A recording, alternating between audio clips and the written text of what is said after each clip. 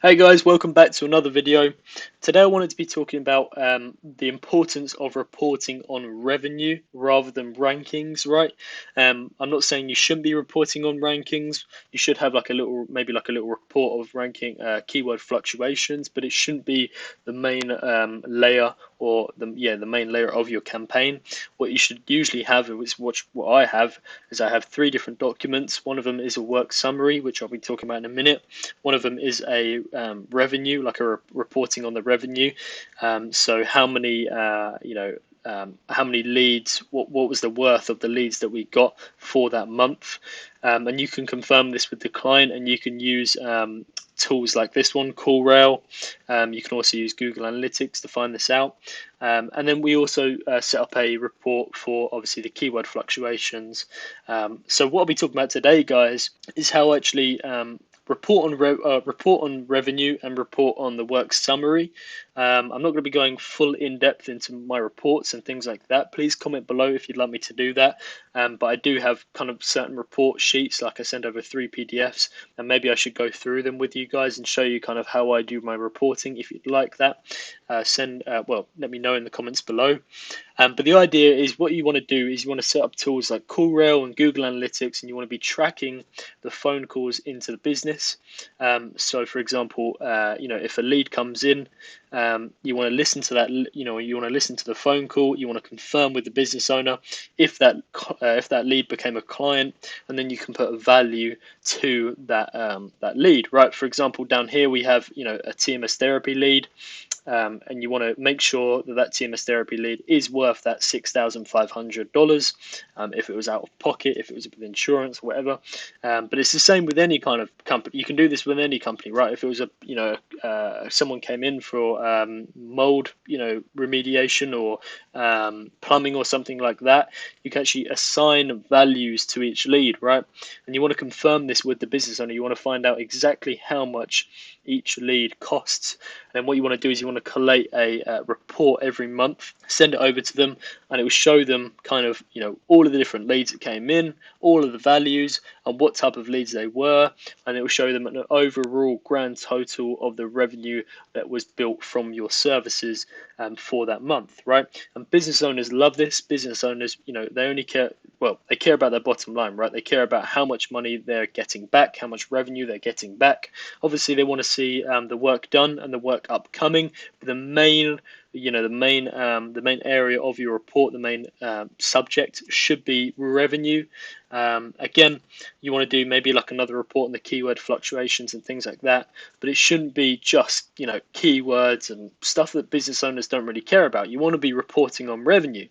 So use CallRail, assign a value to each leads, to each lead. Find out from your business owner if that lead became a client, and then also find out from your business owner at the start of the campaign how much each lead is worth. So, for example, psychiatry, right?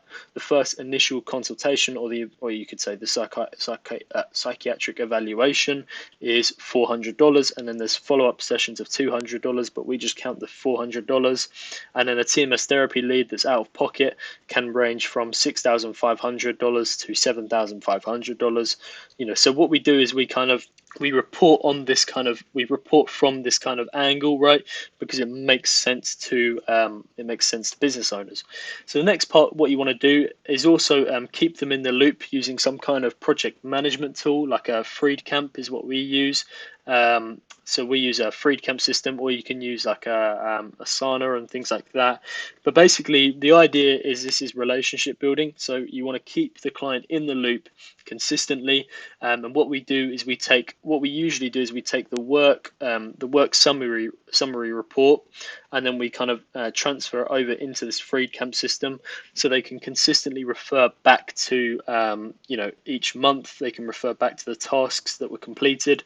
So, for example, on page optimization for that month 2, So we launched a new website design. We did keyword optimized content targeting TMS keywords.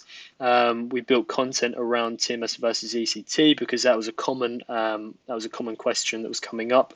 You can actually find this out as well. This is going off on another topic, right? But you can actually understand using this call rail system, what leads are asking for. For example, asked about TMS therapy.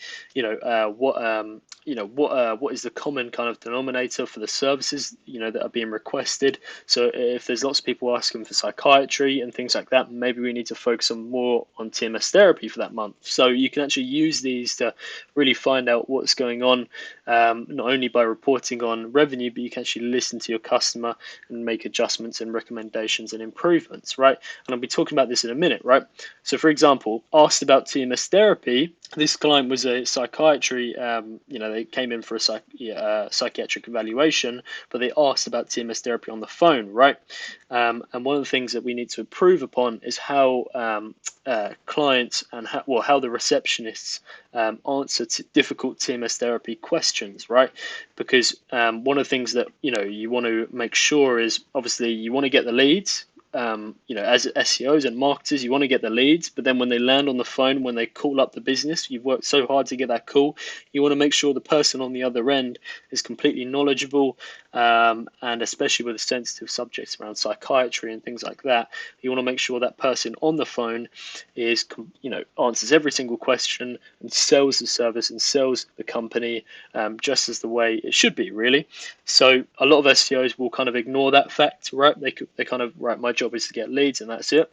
Well, with us, we kind of make sure that the full sales process is in place, because without that, it can cause issues. It can cause issues throughout the campaign, and it can create a toxic relationship. You want to make sure that the full, when a lead comes in, you want to make sure that the person on the phone sets that appointment. They know everything about TMS therapy. They can answer questions, all that good stuff, right? So we really make sure that that's in place. And you can actually talk about this in a couple of other sections that we develop in our report, which is kind of upcoming work. So you create that expectation. So upcoming work, map out content marketing strategy. We're building some Q&A videos, reverse engineer Pulse TMS to identify. So this is a competitor. We're going to revert. We're going to analyze how they've done their SEO strategy, and we're going to kind of take some of their things and see if we can apply it to our own. General notations, recommendations and things like that. So for example, if you're if you've been asking for some business images, right, or asking for some videos for the past 2 months, right, what you want to do is every report you want to make like a recommendation section and consistently request for that information, so you can kind of like drum it into the business owner and drum it into their head so they know that they need to do that. Because as small business owners, they get obviously this, they're crazy busy, so you want to make sure that if you want something, you want to make sure that it's consistently mentioned in each report. And you can also start like a discussion as well. And so you can also start discussions in the Freedcamp system. So if you need something like pictures, guest post interview videos, things like that, you want to make sure that that's consistently talked about throughout each month, right? You want to just keep on reminding the business owner to complete that task, right? So this is how I usually do my reporting. I'm considering doing like a full in-depth kind of video where I go through my actual my 3 PDFs, right? I think they're in. So this is kind of what we do. So we do leads. We do like leads for each month. We do like a work summary.